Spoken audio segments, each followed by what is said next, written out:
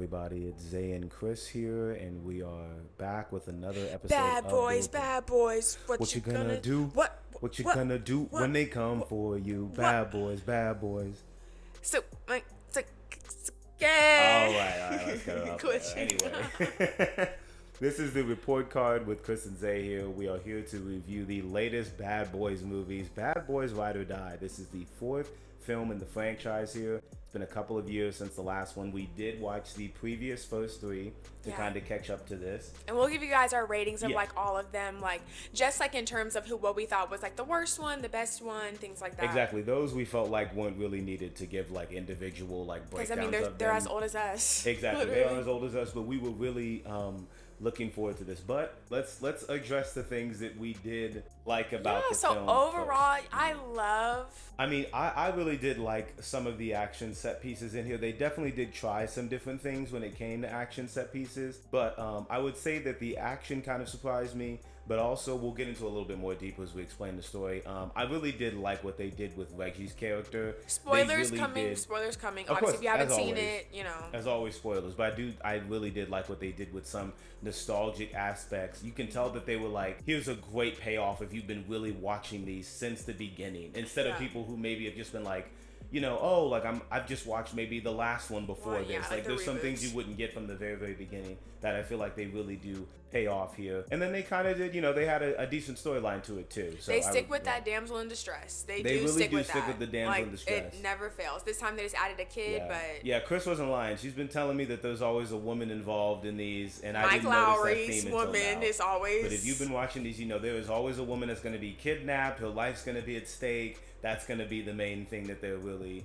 going after. They're trying to do. But this one was a little bit different because it does have the storyline was based off of a payoff in the third one of Mike Lowry's son, of course, in the movie. Armando. Yup, Armando, of course, if you know in I the third think one. he was okay. really. What I was gonna say about it was just Armando was really good in terms because I had told him when we watched the third one, I was like, if Armando literally just rots in jail, I'm F immediately because I'm just like, okay, don't keep this man alive. Kill his mom, the last one. Keep him alive, and then just have him rotting in jail, or maybe like, oh, like you'll work for us behind jail, kind of how they did Don Sally, Fletcher. So I'm like, don't do that to him. Like, don't make him be like this weird kind of like, and as if he would actually pay attention to you. They did keep him kind of redded and stuff.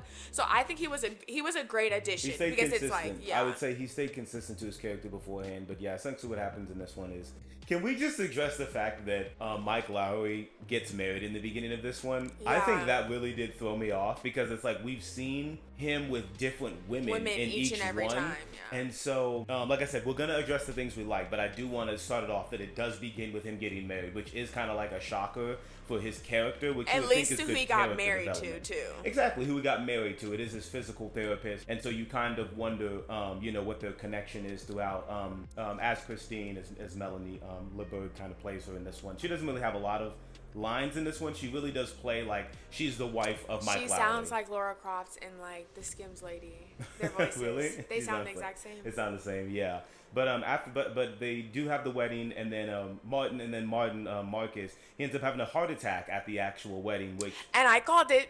she did call it. Yeah, his health issues. We know that we've seen. I said Will got shot last one. I was like, I don't, because he kept saying someone's gonna die, and I was just like, I don't think anyone's gonna die, but I do think like someone's gonna have another health issue, and that's gonna be a big aspect in it. Yeah, and so he does have that. But I did say he was gonna have a heart attack. But when he does have that heart attack, he has a moment of being able to like look at himself kind of like dying, and so he ends up Martin ends up seeing the captain in the movie. Marcus sees the Captain Conrad, and Captain Conrad's kind of telling him, oh, it's not your time yet, like kind of telling him like beyond the grave, like you may think you're dying, but it's not your time yet. And Marcus takes that as, oh, I'm invincible, baby. I Yeah. can't die, which I'm not gonna blame you, which was kind of funny because it's like I can see it. Like if you're on the brink of death and someone from beyond the grave tells you, yeah, it's not your time yet, you'd probably think, okay, I don't know when my time But is. I'd be like, my time's in 10 minutes then. What are you talking about? Like, I would literally freak out. Yeah, life is perspective. He takes it the complete different way, and when Yeah, they go on I their would missions, hope yeah. I would take it that way. Exactly. He's like, he really doesn't give a damn about anything anymore. Like, oh, like I don't think I'm gonna get shot, and like I'm a walk in the street, and I'm not gonna get hit. See, Mike, I can't die. Even though from Mike's perspective, the heart attack showed Marcus being like a big weight is lifted off of him. This stress of always thinking I can die at any moment while I'm in battle. Now he doesn't have to worry about that because he almost died not in battle. He died from he almost died pretty much from heart issues. But it affects Mike because Mike starts to have like panic attacks. Yeah, that's kind of how it began here. Yeah, we were introduced to. Oh yeah, Linger. Eric Dane. Yeah, Eric Dane's character. Villain. He plays Bane. He honestly, for a villain, he wasn't in it. I feel like as much as the other ones. He's a little bit in the background.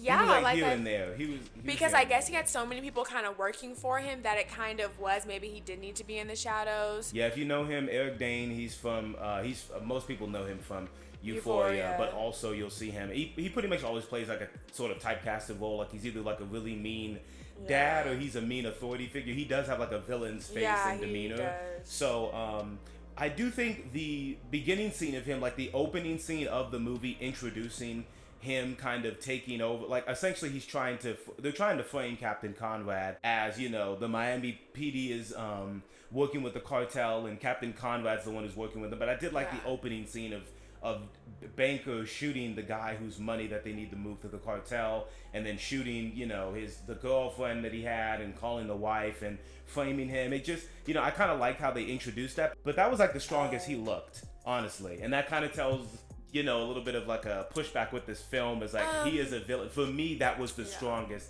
he had looked. Throughout it, he did a lot of talking, like, okay, we're gonna do this now, and we're gonna do this, and it felt like we were just trying to find the mole or the rat in Miami PD, and so which was an ongoing like thing anyway. That's probably why it was so easy for them to kind of incorporate that, because Marcus, Mike, and the captain always talked about only keep this between us. We know that like there's some snakes in here, there's some rats. Like they always knew that. Like in every single film, there always was. Or I don't know about the first one. I don't remember if there was a rat in the first one, but they always knew someone in Miami PD is not clean. Like not everyone in here is working with the cartel or is working. Because it does. Or a snake or a rat, like, or tells other people what's going on. Yeah, because of that first bust that he was talking about with the ecstasy. The ecstasy. He said like there was some of it missing, and now we kind of seem like a full circle moment of like all of those missions where it's like, why are these drugs missing? Why is it hard for us to get this information? And it's because there's always someone on the inside who's preventing you. So I feel like they were trying to do a big payoff of that because the captain's actually dead in this one. But I would say They did. Yeah, go ahead. No, they did incorporate the captain's family in here too, which I wish they would have, which they did do in the last one. They did have, like, I think one of his daughters playing basketball, a younger one. I don't know if that was his granddaughter or his actual daughter. It could have been Callie. Probably, we don't know. It could have been probably was the granddaughter, considering the fact how older his.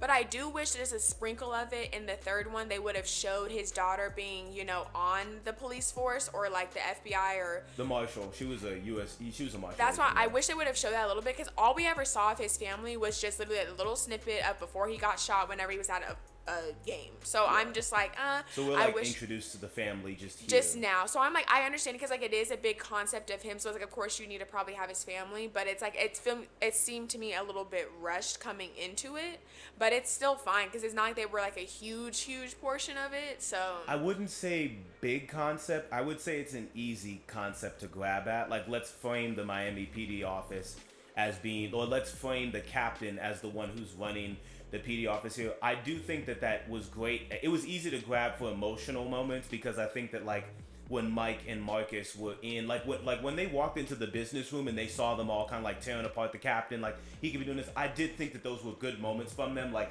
you can't talk about him like this. Like, he's not here. He can't defend himself. That was good at pulling early on the heartstrings of, this is what we're doing it for. Like, it's not just, it wasn't like a come on, let's do it one more time, one more thing, or before we retire. I'm glad that we retired from that. Like, I don't want to do this anymore, I'm retired, but we got to do this again. Like, it's no more that back and forth. This was like, they both were essentially saying, we're going to do this for him. We're doing this for the captain because he has been on our ass all these years, but he's believed in us, and there's a reason why it's the three of us. So I did like that, because if you would have done it again with the whole, oh, I don't know if I can do this, I don't know if I got the health in me anymore, like, that would have been annoying. So I'm glad that you shifted it to, you know, we're trying to protect the Miami PD office's reputation, even though it's ultimately ruined by the end of this movie. Still, And Rita, who was in the third one, we got introduced to Lockwood, her husband, at this time, because I would think at the beginning of the wedding, I would be thinking, oh, Will, or Mike Lowry, he's getting married to Rita. I'm like, because they kind of set that up in the third one, all for it to once again,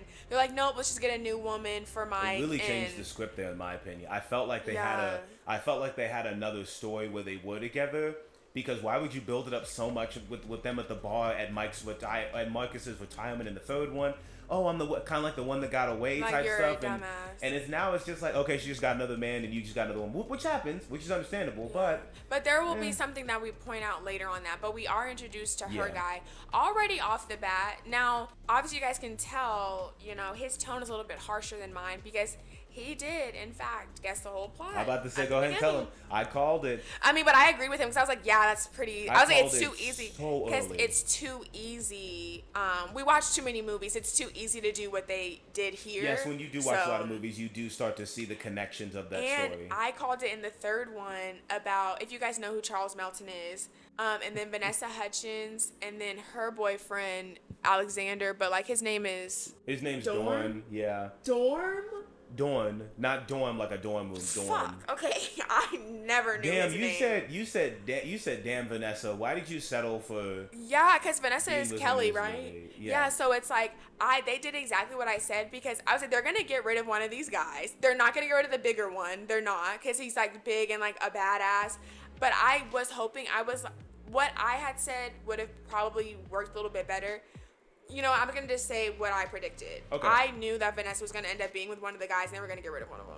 Or I knew that one of them was going to be a snake or something. I was like, there's not going to be three of them. I was like, that's too much on the payroll. Yeah. Oh, but damn, let's not. I was about to say. I was about to say. Let's say we were what we would want, but no, let's not say that yet with them. We can't do that. We can't do that with this. But yeah, I of course they do reveal that yes, Kelly and Dorn are together, and I guess that's another thing that we want to address. Excuse me. This was the Wasp team in the third one. Yeah, I do, like I said, in the third one, they introduced them well as like they're a team in the unit. I think it's Wasp. This one, I wanted them to be, we definitely thought they would be even closer together than they are in terms of dating, but the fact we didn't even see Charles at all in this one, the Asian guy. They just got rid of him. They completely, really did. Yeah. And I'm like, you could have used him for themselves. You could have used him as an early death as like a personal attack on the team, but like they lost the captain, they lost this. But hey, it is what it's the payroll. It is what it is for. But anyways, it is essentially, as the story goes. Of course,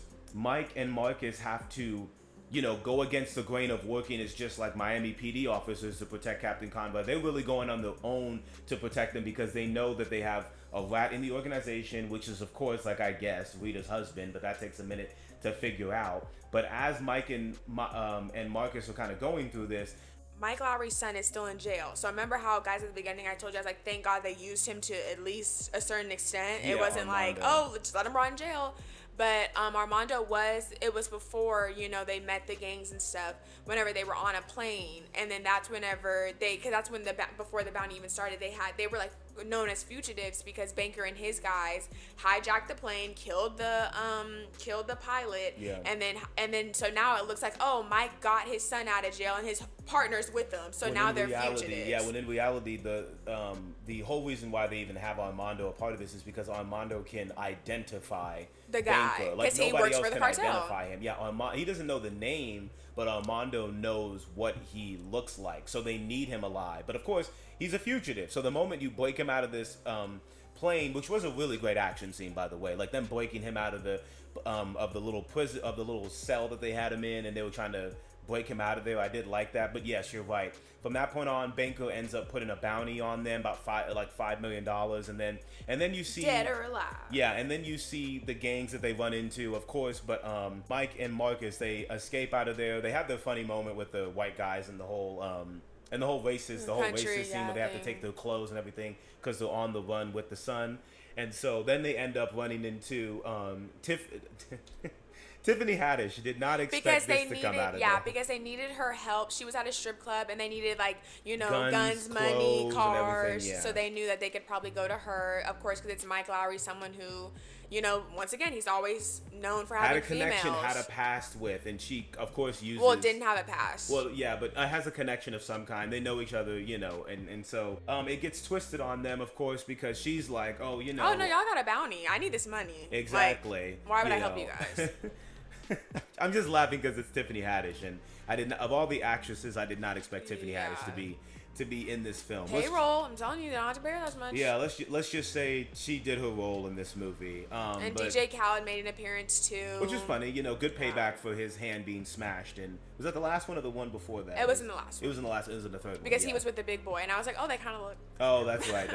That's right. But yeah, those were good scenes. But I guess I do have to say this now. I kind of had a little bit of a gripe with this just because we had a different approach to it. We did like that the story was okay. The gangs are coming after them. Everybody's kind of on like a John Wick type thing. Kind of like a John Wick thing. But this is when it kind of felt a little bit goofy and it wasn't executed as well as I would have liked to have seen. We saw the scene of Banker telling everyone like, let's put a bounty out on them. I don't really like it that way because it's kind of like, okay, you're not really giving any suspense. There's no suspense in it. Like, they just kind of went to the strip club with Tiffany, and then Tiffany said, oh no, there's a bounty on you, but we already knew that. So it would have been cooler if we got it revealed by her in that moment instead of, okay, we know they're about to go see them, and then there's a bounty on them, so we know that they're about to go into this. It kind of felt like, almost like my hand was being held through the story instead of surprise me, hit me with some surprises of what's happening. Like, is it just the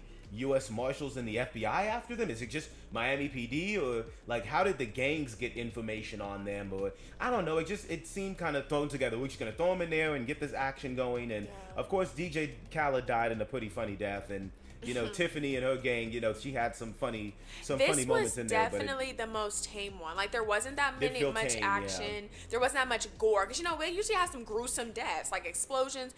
Like, there really, not that I can recall, there was no sort of, like, gruesome ass death to where it was like, now there were, of course, explosions, were, like, quick, blunt trauma deaths, but it's like, in terms of, like, what we've seen in, like, the second one or, like, the third one, I feel like there wasn't. I think they were pretty tame with it. I think it was tame, and I think that, like I said, storyline-wise, the gang stuff could have been taken. That definitely felt like the weakest part. You could have done a lot more with it. It should have felt like, it didn't feel like they were really on the run, and it's really everybody against the bad boys in their team. They had great scenes where the family was being, sought after, but I like it when it feels like, damn, every other option we have is being exhausted and used up because this person's on the inside, and then damn, that person knows this person and they're coming against us this way. No, it felt like, okay, let's get the gang scene out the way, then we're back to this. But it's like, that's not realistic. There's so many gangs that have been after them. Like, you really could have pulled back on other people that just had beefs with them, and it just kept coming again and again. And they could have, because it was very much so rushed, because it could have been something throughout the rest that time moving forward. It just felt like let's get the gang action sequence out the way, then let's move on to the main story. One thing I have a gripe on though is they had a lot of scenes, and it's probably just me noticing this. Oh God, here we go. They had a lot of scenes of Marcus and Mike just mumbling to each other. I don't know if people saw that, but it's like, it would be times where like people would come in, or Vanessa, for instance, she would come in and she'd be like, oh guys, we gotta move, and it's like Marcus and them turning around, and it's just like, I feel like it's like, what do they have them outside doing? Or at the time whenever I think they were in like I want to say bunker. I don't think they were in a bunker, but they were somewhere where like they were in the truck, I think. And once again, Vanessa was getting a gun ready for 17 hours, and Marcus, like, oh, you know what? It was Reggie's scene. And it was really good because obviously we got to see Reggie's scene, but she was getting a fucking gun ready for 17 minutes. And I literally was like, what's going on? And Marcus and Mike were just turning around. And I was just like, I was like, why? The editing was definitely that's an what issue I told him. I was like, there's That's something you wanted to bring up. And then the music cutoffs, y'all. The music cutoffs. What's going on? Yeah, I would say that's a big thing. Is the edit? Don't get me wrong. It did cause some very funny moments. Like, I think there was some very funny moments with the editing, and some very Armando, good I know your voiceover. I heard it immediately, and I said, "Yeah, y'all. Did you hear that?" I literally looked at him and I said, "Did you hear that?" Now, don't think I'm comparing it to no Madam Web, but I'm just saying we watch Madam Web and that had voiceovers. Oh, and don't worry, yours was far better. And now we seeing voiceovers in some other things. Hollywood, is that what we're doing now? Are we just going to the voiceovers easily? It was only one time. It wasn't consecutive, but Armando had one, and I literally told him immediately. I said, "Did you hear that?" Because I know his mouth. I just heard it so clearly, and I was like, "But yes." But I'm speaking of Armando, I do, not just with his character, because we'll get back to the storyline points. I feel like what they did do good in a short amount of time. They were able to show you the U.S. Marshal agents. Yeah, the daughter of Captain U.S. Conrad. Marshal. Yeah, but the daughter of Captain Conrad. I like how in the beginning she let Mike know from the beginning, like, if I see your son again, I'm killing him because he killed my dad. Not just son. She said bastard. If I see that bastard again, I'm killing him. And I do like how that built up a connection between Mike and his son. And there were good moments between Mike, Marcus, and Armando, that Marcus was being funny and trying to be like, you should be supportive of him. You are his father after all. And his mother's not around. Like, the least you can do is try to build a relationship, because if you don't, it's only going to be shitty. Like, it's only going to be like, it feels like you're cursed. That's what Mike was alluding to. Like, I feel like I cursed you. Kind of look at how the families kind of become. There's always people around me that I love are dying. So I wouldn't want that to happen to you. Good point on that. They were really trying to tie it together. And that's why he didn't need a wife in this. That's why it didn't have to be a damsel in distress. You needed somebody. It could have just been the kid. It could have just been the kid. It didn't need to be his wife. That would have been pretty good. It could have just been because the kid, his connection's already strong with Armando. Like, it's strong enough to the wife have to get taken too. But hey, they wanted to go with that route, but that really did play into his panic attacks that he was having because he was so worried about. I don't have the shot. He doesn't have to. Well, yeah, but he was worried about not being able to protect everybody, and also he was just freezing up. He was freezing up in moments that we normally don't see him freeze up in. Yeah. We've seen him usually take the shot, kill the people quickly, have a quick one-liner, and look badass. In these, he was showing his age and he was showing his worry of second guessing. Like, can I do this? I mean, he almost got hit by a car. Marcus saved him. That was in one of the earlier ones. They always do that. And then he just, like I said, he just freezes up in these moments that you really need him to be in. Ultimately, Armando, and then like the U.S. Marshal, which is obviously Captain's daughter, and then remember it's her daughter, so it's Captain's daughter and granddaughter. Those two ladies. Yeah, Callie. Yeah, she was. Rhea and Quinn. Those are their real names. Mm-hmm. Ultimately, at the end, Armando basically saves her daughter, and then so that is what basically ends up saving his life. And I'm so happy about that because I was like, if they kill Armando after like saving this little girl's life, and then she's just like, oh, I don't care, and just literally being like blindsided by hatred, I'm gonna be like, please don't do that, please, because I'm like, if that little girl doesn't, like, even though she's not really even a little girl, but if she doesn't stand in front of Armando, I'm gonna be pissed. But she did, so I would say that from the middle part on, it was getting better a little bit after you got out the way who the rat was. Like, you spent a little bit too much time, in my opinion, because I had guessed it early. If I didn't guess it early, or if it was a different person, of course I would react differently. Yeah. But when you go into a movie and they keep talking about this rat, this mole, we got to find out this person who's sneaking, and you can guess it because you're pretty confident, it feels better afterwards. So after they revealed it was Lockwood, and you already had Rita being mad at Lockwood and everybody kind of making fun of him and getting on him, but like, we're going to use you as bait to get Banco out because we're going to pretend like we're moving the, well, hold on, I want to make a point. We're going to pretend like we're talking in his voice to get Banco to move the hostages who are Callie and Christine out to Cuba or wherever. You know, I did like that you took the rat storyline and you built it up to the moment where Mike has the shot to kill Banker, and Banker is holding Mike's wife in his hand, and Mike can kill him, and he won't take the shot because he's so frozen in fear. At least you built up to that moment, and it felt worth it. That was a good moment. But damn, I kind of didn't need this whole buildup of who this rat is. I kind of wish we knew who it was earlier, but that's just me being a little bit nitpicky with it. But I do got to give the movie some props for that. That scene of him missing the shot was pretty good. It was a good. It was very easy also to determine it was Lockwood because, guys, this is a big never trust fault. the love interest, as Scream told us. And he always, guys, if you know him and you've seen him in other movies, he's always typecasted as a snake, a snitch, or a horrible husband or a cheater, to actors' like all roles time. in movies, y'all. And so what killed me is, okay, so remember, they're like thinking there's a rat, right? There's a rat in Miami PD that are finding out everything we know. So it has to be someone close. And the captain already knew this. That's why he made videos beforehand. Exactly. So that's exactly why, to me, I was like, so Mike has an encounter with Rita and her husband Lockwood, the snake, and he tells them everything. And I said, whoa. Rita's not the only one in that room. Lockwood's right there. Why? Like Mike Lowry, who's like one of the greatest Miami PD detectives, along with Marcus.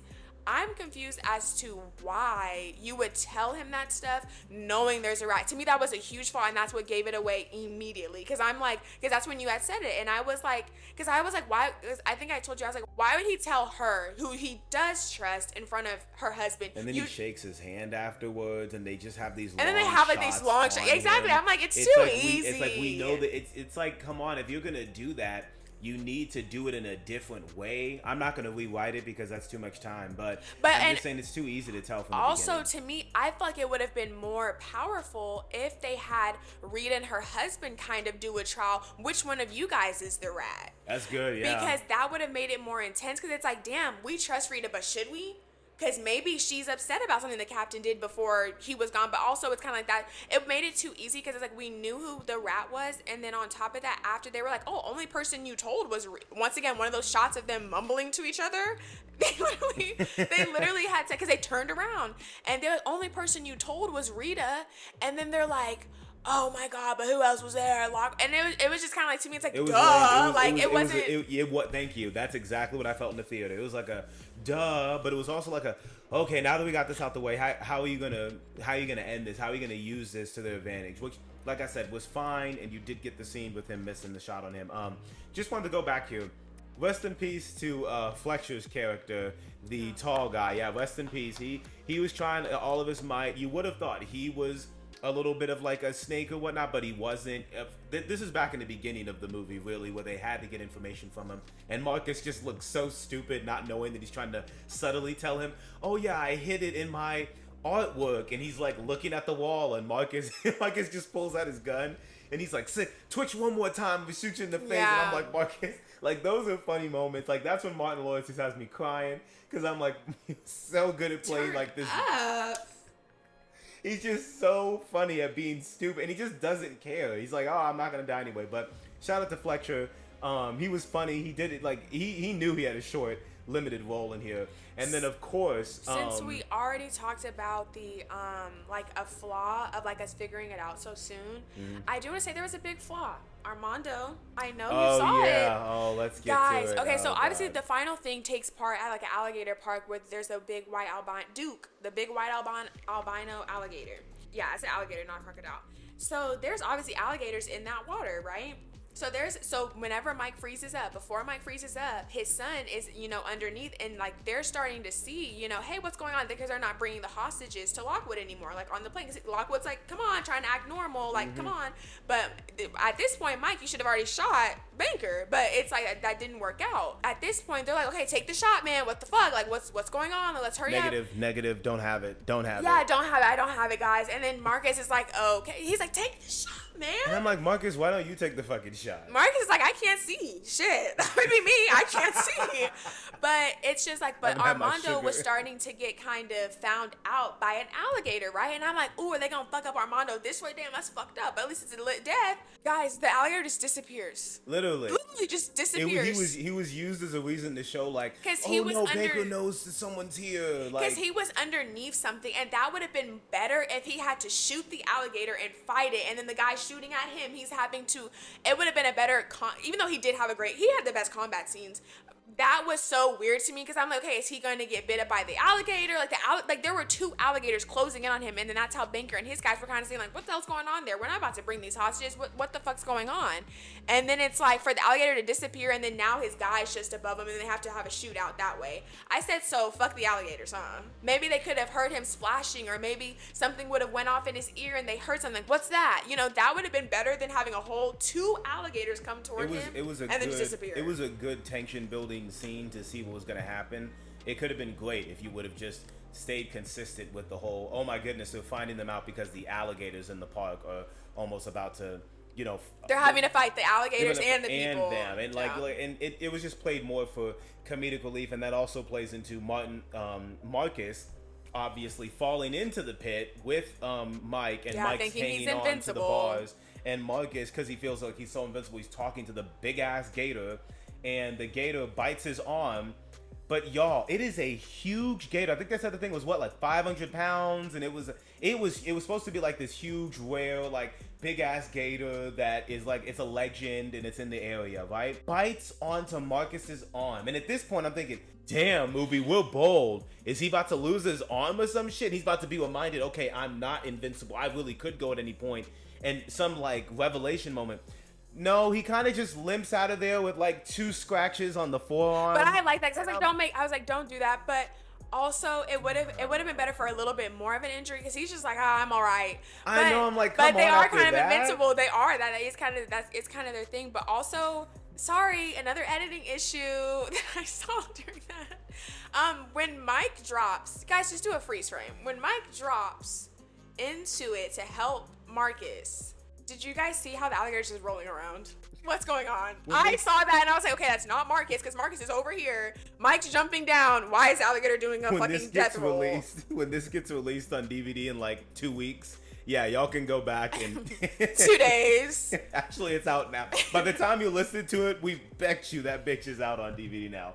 But yeah, go ahead and go back and see the freeze frames. Like I said, there's just some editing things that made us laugh in the this crocodile one. is literally now like I said, I've only seen it in theaters once. I could totally be wrong, but I kid you not, guys. When it started rolling, I said, "Well, that's not Marcus," and Will's right there. So it's too funny. Did it just say fuck it, let's roll around? But yeah, oh yeah, we forgot to mention this. Marcus, when Marcus is coming back to life after being dead from the heart attack, he does tell Mike, you're gonna have to make a big decision. You're gonna have to make a big decision in your life. It's gonna come up. We finally come back to that, and the big decision is, and this is the other thing I called. Yeah, I did call this early. Call this too. I said, what did I say? I said he's gonna have to choose between who. But you did say he's gonna choose between his son and Marcus. Did I say his son and Marcus? You did say his son and Marcus. I thought I said his wife. Because I was like, oh, fuck the wife, damn. like, kill her. The reason why they couldn't do is they couldn't do Armando, and the sole reason for that is he's too much of a badass. He's not gonna get caught up by these guys. He's just That's not. true. Like the wife can, she's not real. She's a therapist, and then Marcus is goofy. He got stabbed about 20 times, and he was still. Oh, and then he was just fine doing a Chad and Scream 6. Yeah. Stop. Just standing around getting stabbed. No, that's actually, if you know, you know. He really did pull a Chad and screams. Yeah. That man could have been stabbed by about 20 people at the same time. Got stabbed in his He back, was his walking out of there. sides, the legs. Damn, you might as well just stab him in the neck, he'd be fine. Banker, he had Christine in his arm, and then he had the gun to the back of Marcus, and of course, Mike had the great callback to the second movie when he shot him in the ass. He has to shoot him in this point, but he shoots Marcus in the chest to make him lean forward, and then Marcus ends up just spraying into Banker, kills him a lot of times, which is how you're supposed to kill the villain when you see him. Kill him so many times and then shoot them in the head at the end. Ends up getting shot in the head, falls into the which ocean, made it so lame because I'm like, you're supposed to be this badass dude, like you should have died from the alligator, but of course they gave it to Lockwood, who's always typecasted. That was a fine payoff. As someone, that was a fine payoff. But to me, it's just like, okay, so I get it. You don't have to die. You don't have to die from the alligator, but it's still just like, once again, like you made it. You've already done that shot to the head. You've already done that in the second one. So it's kind of like, can we have like him maybe get away? I would have liked it if maybe was about to get or Marcus put his life on the line because he's so invincible, like he was willing to like protect Mike again or something, or maybe like Mike freezes up. I mean, Mike didn't freeze up in that time when he he did not freeze up at all whatsoever, because we saw Mike, freeze up again, and before they even get to that part, we saw him freeze up again, and Marcus slaps him in the face. Like, we don't got time for that bullshit right now. He's like stop being soft. Exactly. It's like, you gotta lock in, which is great because that's what Mike was doing to him for a couple movies. Like, you need to show up, and like, that's how you drive, that's how you shoot, and it's like, that's his moment of like, that's how you wake the fuck up. Like, you actually need to be that badass. So I'm glad that he got stop to being find scared himself. because Stop Marcus was the one who's always scared. Stop being worried. But let's be real, y'all. Reggie's the MVP in this motherfucking movie. Shout out Reggie. Shout out Reggie. Give him an applause. Put it in the comments. I don't care. I'm so glad you paid off this scared kid who is just picking up Marcus's daughter For their first for the date. first date, and just that iconic scene of them at the door, and you pay it off with an even just as an iconic fighting scene. Man, he was badass. I mean, he took out 15 guys in the house protecting the family, and he just looked like a badass. He reminded us of what the bad boys look like in the first couple of movies. Just this young dude who, of course, was in the army. He's been in the army he's been a Marine this entire time, so of course he knows how to kill people. He's just called upon. As soon as when he picks up that phone, hey, you need to get out there and protect them and whatnot. And he's like, okay, let me get together, let me lock in, and he does. So. And I'm happy he wasn't. Oh, guys, I like, because you know how. Why would he yeah, I be? know. No, because I'm just happy because you know they always like to do goofy things like that when it's a serious moment. Like, oh, let's be as goofy as possible so that we can like ruin the entire intensity of it. But he literally, like you said, locked in. He got up and he said, "Okay, yes, sir," and then literally and got to work. Exactly what you want to see out of. And just because he was in the Marines doesn't mean he was badass because of that. It was just nice to see in a movie you're about to get raided. And you're being called, and someone who's and the father of course, you know, the woman you're with, he's calling you and he's telling you like, yeah, we're not gonna make it in time. You need to protect them. Just do it. I'm glad he wasn't like, oh, what are you talking about? What? Who's here? How many? Oh shit. What do you mean? No, he's just because he's still in that Marine mode, you know, even though he's off deployment. He's like, yeah, let me lock in and get this done. I'm glad that they paid that off. And it was an even a bigger payoff at the very end of the movie, of course, with him being like, you know, like I'm gonna, you like know, I ain't moving, niggas. Y'all ain't getting rid of me. Like grill, I'm here. You know, they're trying to talk shit to him and Glenn. Like, you better, like Mike's like, you know, you better tell this man, you know, you better tell this man here to not get in our way and be doing all this shit. And then Marcus is like, he killed 15 men in the house. I'm gonna move out his way. And then Mike's like, yeah, you might be right, my guy, because I might freeze up, you know, like. I'm gonna go make the potato salad like you told me. And I'm gonna to go do. set the table. You know, it's funny that, and of course he has that nice smile at the end. That was nice. You know, I do like those moments. But two things. Go ahead. Guys, I already know you're gonna say it. Go ahead, say it. Because I'm sorry, guys. Do you guys remember in the first movie he had 3 kids, not just one? You see how there's only one now, and there's a grandkid. Now, maybe, that's all I'm gonna say. Now maybe there's a line we missed that they said really quickly, or maybe they just dead ass. Yeah, said, I want to know. Like, do you guys know, like, if it's we're done. because I'm sorry, like, his daughter is fully grown now. Like, they're not in college years anymore. Like, they're grown. So I'm like, okay, they just got rid of the 2 sons. Maybe they were in They the literally wedding, got rid of the 2 maybe sons. they were in a later and scene. hey, We don't know. love you, Tasha Smith. You did it. Like I said, because I've always told him this about every single one. I was like, his wife stay in these movies, and I love it. It's the same woman from 95. It's the same woman. I'm so happy. But then when I saw Tasha, I was like, oh, babe, I love Tasha. But I was like, wait, what? Like, I was so hurt because I was literally just like, damn, like, his wife's not in her. She's been in every single one. So I was like, fuck. So it kind of, Teresa Randall. Yeah, Teresa. And they really named her Teresa Burnett. She don't age. She don't do. I was just like, she girl. She just wasn't available. But probably what for sucks this movie, is because, maybe. like, you know, Tasha, she did the roles, but I was like, girl, I feel like it would, like I said, that payroll, I'm telling y'all, I know what it is. It's a payroll. But it's also, like, to me, it's just like, damn, like, these were, like, videos. So I was like, I know she could have fucking done this. But I was just like, fuck. I was like, damn. And then I know, like, moving forward, because there's clearly going to be another one. It doesn't seem like this was a definitive ending. They already did announce that they were going to be, like, working on the 5th one based off of how much money this one made. And, of course, it already made back its budget in the first week. I just want them to end it. I don't want it to go into a Fast and Furious type thing. I don't want you to keep making them until... I think you should... Definitely, you don't have to die, but it's kind of like, what else can you do? They kind of have to die. Yeah, it's been 4 years until you keep making $100 million. If it's not broke, don't fix anything. I feel like they're just gonna keep up with these. I don't think that they're gonna end until Martin or Will straight up say, I can't physically do these movies anymore. And that's another thing. They're Please, probably don't just gonna have the... Exactly. And they probably should. And if you are going to end it, you should probably build the next movie up as Mike and Marcus training the next bad boys. You should have, or something, like have a team that they're trying to look over, do something where they're handing off the reins, or kill them off. Because we've seen enough of this type of stuff. I'm not saying I'm annoyed with it. I'm just saying that we know how this one ended. You guys have already retired. You guys have both died inevitably. Like, I mean, you guys have both died now. So it's kind of like... and what more can you do? So, yeah, guys, why Rita get hoed like that? Y'all gave her a man that was literally a snake. And then like you had her have like this badass moment of like, oh, like F you guys. But then you also have the other Wasp people team. You have them get together. Like you had Vanessa and then her guy get together. You whatever with the other Charles Melton, like he just effed off, I guess. They didn't even give a explanation of that. But then you have her marry this dude, get rid of him. And then it's like now she's just alone. And then okay, cool, like Marcus and Mike are married. Like I mean, Marcus has always been married, but it's like damn, now Mike's remarried. So it's like Rita once again is just kind of in the ranks of like, oh, I'm just in between, which that's exactly why to me they should have been the ones married. They could have taken Rita, or they could have had Lockwood try to you know, manipulate her or something, or like I had to give him the files, Mark, or I had to give him the files, Mike, because he's above me and I think he's the rat, and then it's like you have to go against him.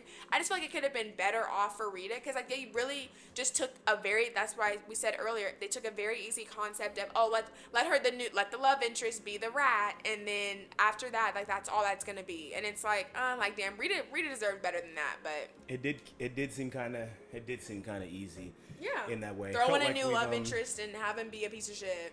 I felt like we've established everything we thought about this movie, and now we've watched 4 of them. So let's go ahead and give our rating. For okay, so yeah. Bad Boys Ride or Die. Okay. For Bad Boys Ride or Die, we are going to give it a rating of C. I mean, it's all right. Like, for it's just all right. I know in our opinion, because we know that the big tagline, and we've had from outside opinions that this is the best one in the series. Yeah. From our opinion, it's not. I would still say the second one's the best one. My second favorite one is probably the third. Yeah. This is probably right behind that third one, and then the worst one's probably the first one. Just because, you know, it was back then, the gunshots, the editing, like, well, it was just throwing shit at the wall at that point. But and also the story wasn't as strong, but it's the first one. Like, I mean, it's just starting, and it's you gotta start somewhere, shit. Yeah. And so yeah. So did give the second one an A. The second one felt more intense. It felt like there was more on the line. It was Marcus's sister. It was his girl. Of course, you know, gotta have a damsel. But the action scenes felt way more packed in. And everything made sense. Them finding the drugs, the morgue scene, you know, the dead bodies on the cars, even though it's very controversial now because of when it was made. Like I said, maybe it's tame. Maybe it's just more tame with how society is with certain things that can be seen on the screen. But with that being said, we hope you guys liked our reviews of Bad Boys Ride or Die. Make sure to tune in for our next reviews here on the I was about to say on the Can We Talk channel. Make sure to tune in on the report card. It's been Zay here. Make sure to like, comment, and subscribe. Subscribe. And we'll see you guys next time.